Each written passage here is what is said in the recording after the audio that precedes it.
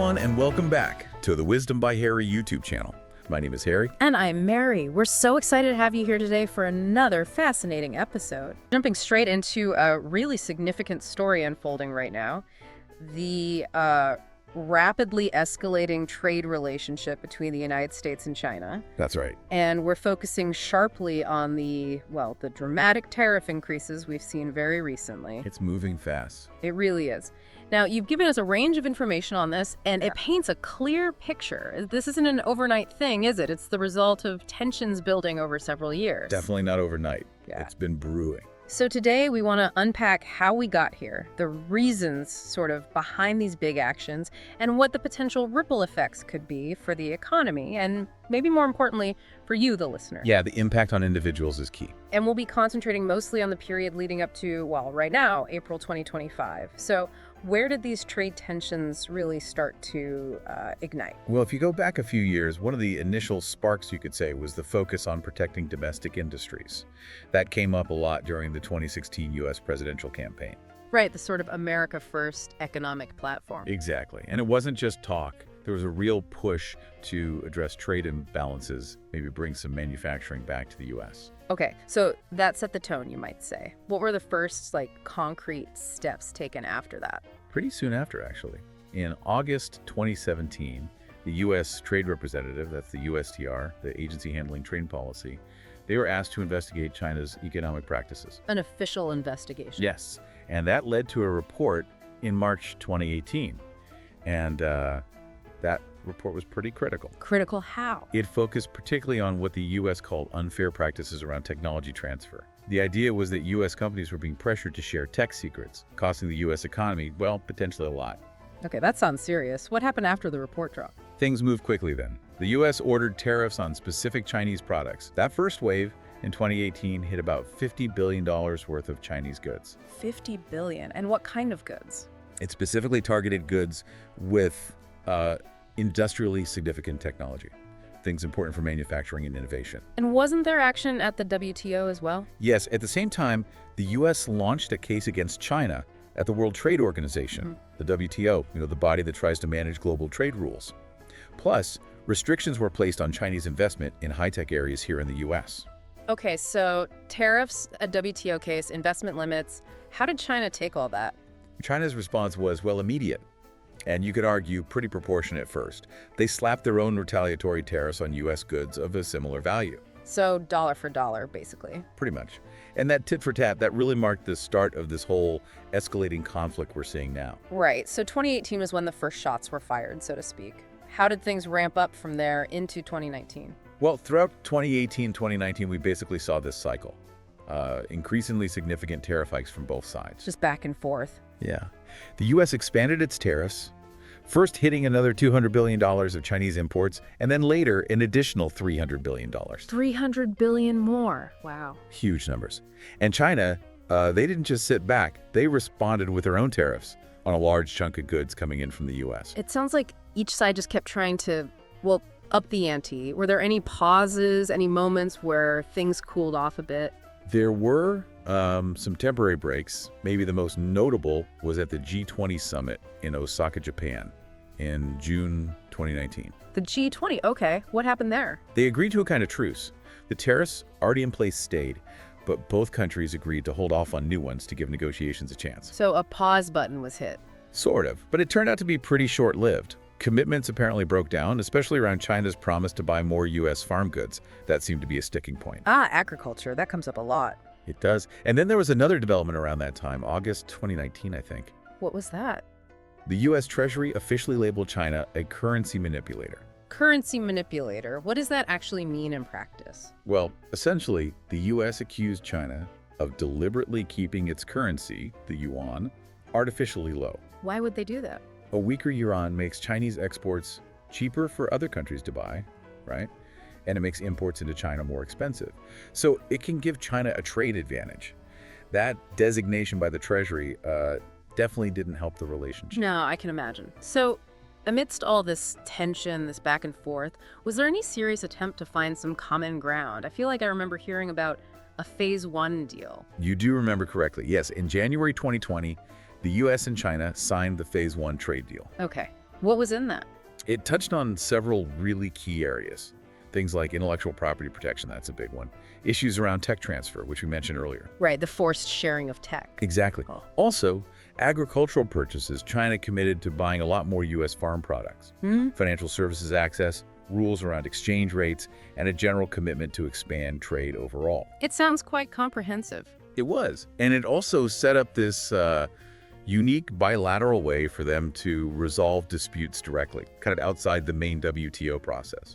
Interesting. So for a moment there, it seemed like maybe things were stabilizing a bit. You could say that, yeah. It felt like a potential off-ramp from the constant escalation.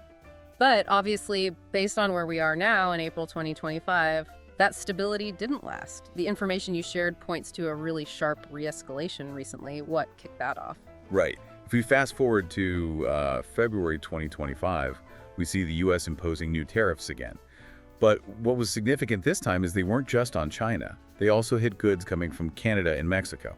Canada and Mexico too, so a broader scope this time. Exactly. Which suggests maybe a wider shift in U.S. trade strategy, perhaps looking beyond just the China relationship. And how did China react to this new round, especially the tariffs affecting them? China's reaction was, again, very swift. In March 2025, they hit back with counter tariffs, and they specifically targeted U.S. farm goods again. Back to agriculture. Yep. But they also did something else. They blacklisted a number of American companies. That felt like a more pointed, maybe more aggressive step than just tariffs. Blacklisting companies. Okay. But the real fireworks seem to have happened just now, in April 2025, right? These massive tariff hikes. Can you break those down for us? Absolutely. April 2025 was quite something. The U.S. announced really significant increases.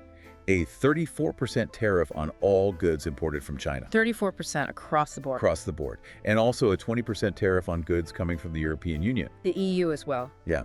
And importantly, the White House indicated that the rate on Chinese imports, that 34%, could potentially rise above 50% down the line.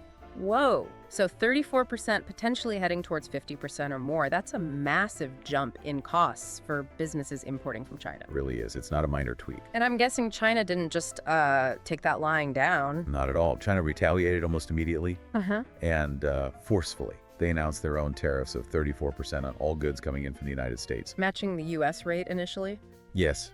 But then they didn't stop there. They rapidly increased that rate to 84%. 84%. 84%. And then in a further escalation, they jacked it up again to a staggering 125%. 125% on all U.S. goods. That's huge. It's an incredibly high figure, a massive escalation. And I saw something suggesting it could go even higher from the U.S. side. That's right.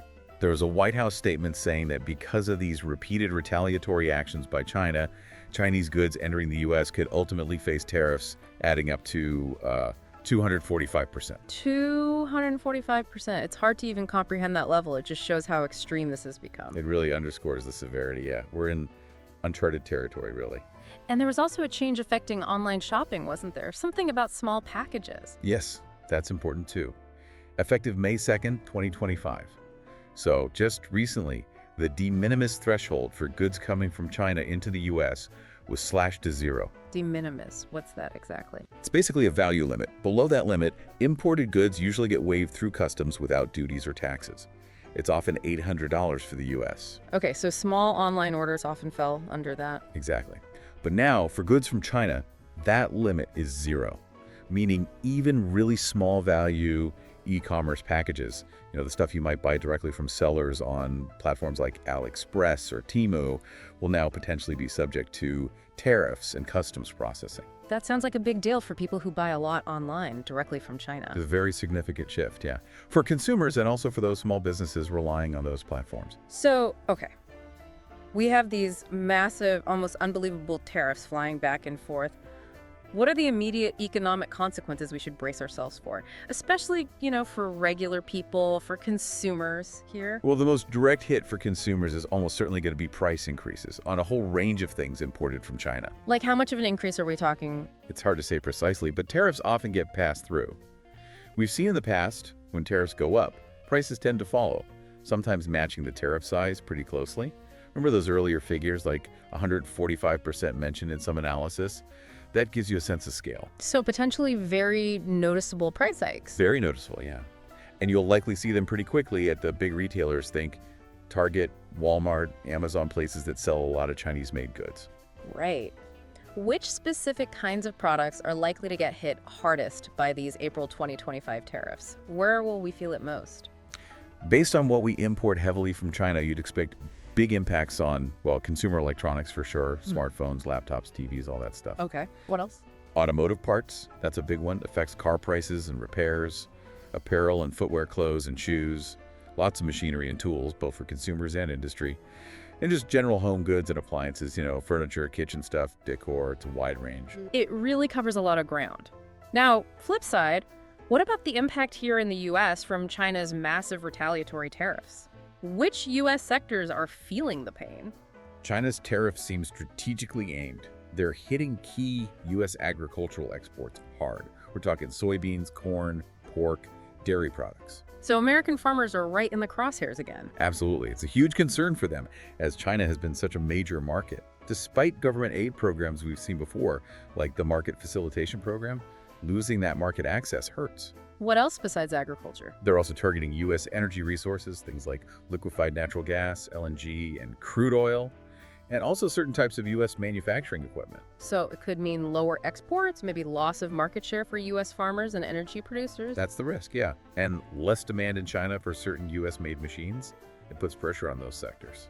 Now, we've heard from business groups before, like tariffs hurt the heartland, worrying about costs. Are those voices still loud now? Oh, absolutely. Those coalitions are still raising the alarm about rising costs for American businesses, which ultimately often get passed down. Yeah. But we also see a bit of a split reaction depending on the industry. How so? Well, U.S. steelmakers, for instance, have often supported tariffs because it shields them from import competition.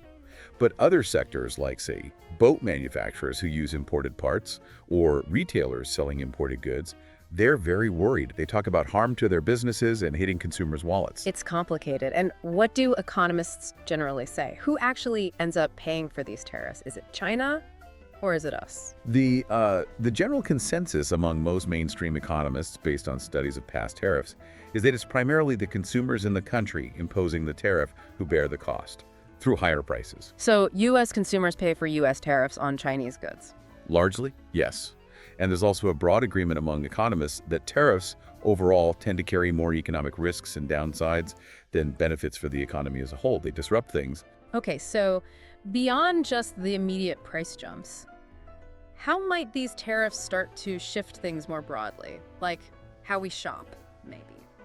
We could see some real changes in consumer behavior, yeah. If imports get a lot more expensive, people might start actively looking for domestically made alternatives, assuming they exist and are competitive. Or maybe buying less. For buying less, delaying purchases. We could also see more interest in, like, used goods, the secondhand market, as people try to manage costs. Price sensitivity could definitely increase. Makes sense. What about behind the scenes? The impacts on businesses, supply chains, that sort of thing? That's where you'll see big adjustments, too. Right. Logistics and shipping costs are going up because of these duties. That forces companies to rethink everything. Like where they get their stuff from. Exactly. We'll likely see more companies seriously exploring supplier diversification, looking for factories in countries other than China. Vietnam, Mexico, India, places like that. The China plus one strategy. Right. Or even shifting manufacturing entirely. Though economists are quick to point out that bringing all that Chinese manufacturing capacity back to the U.S. or even just to North America is a huge, complex challenge. It won't happen overnight, if at all, on a massive scale. So diversification more likely than a full reshoring. Probably. And businesses will also be scrambling to adjust to their pricing, how they manage inventory, maybe even how they find customers if the market dynamics shift significantly. And does this whole thing push the U.S. and China further apart economically? This idea of decoupling? It certainly seems likely to accelerate that trend, yeah. When trade becomes this costly and unpredictable, businesses naturally look for ways to reduce their reliance on that specific relationship. It pushes the two economies towards less interdependence. Okay, so pulling this all together then, it really feels like the U.S.-China trade relationship has hit a new, much more volatile and frankly confrontational phase, especially with these incredibly sharp tariff hikes in April 2025. That sums it up well. We're definitely in a period of high volatility, and these actions aren't happening in a vacuum. They have really widespread implications. For businesses, big and small, for consumers across loads of different sectors, and for the entire global supply chain, which is already pretty complex. Right. And for you listening to this, the bottom line is you are very likely going to see noticeable price changes on a whole lot of imported goods. And those effects might even ripple out and affect the prices of some domestic products, too. Yeah, the knock-on effects are real. So understanding these dynamics, what's driving them, can hopefully help you navigate your own purchasing decisions a bit better in the coming months. You definitely. And this whole situation, it really pushes us to ask some bigger questions, doesn't it? Like what? Well, given how fast and how dramatically things have escalated, what are the long-term adjustments that businesses and maybe even we as consumers are going to have to make? And how might these shifts fundamentally reshape the global economy, not just next year, but in the years to come? That's a really crucial thought. This isn't just about the price of sneakers or TVs, is it? It feels like it raises fundamental questions about the future of how countries trade with each other and how interconnected or maybe disconnected our world is going to be. Exactly. It's a pivotal moment, and the long-term consequences are still very much unfolding.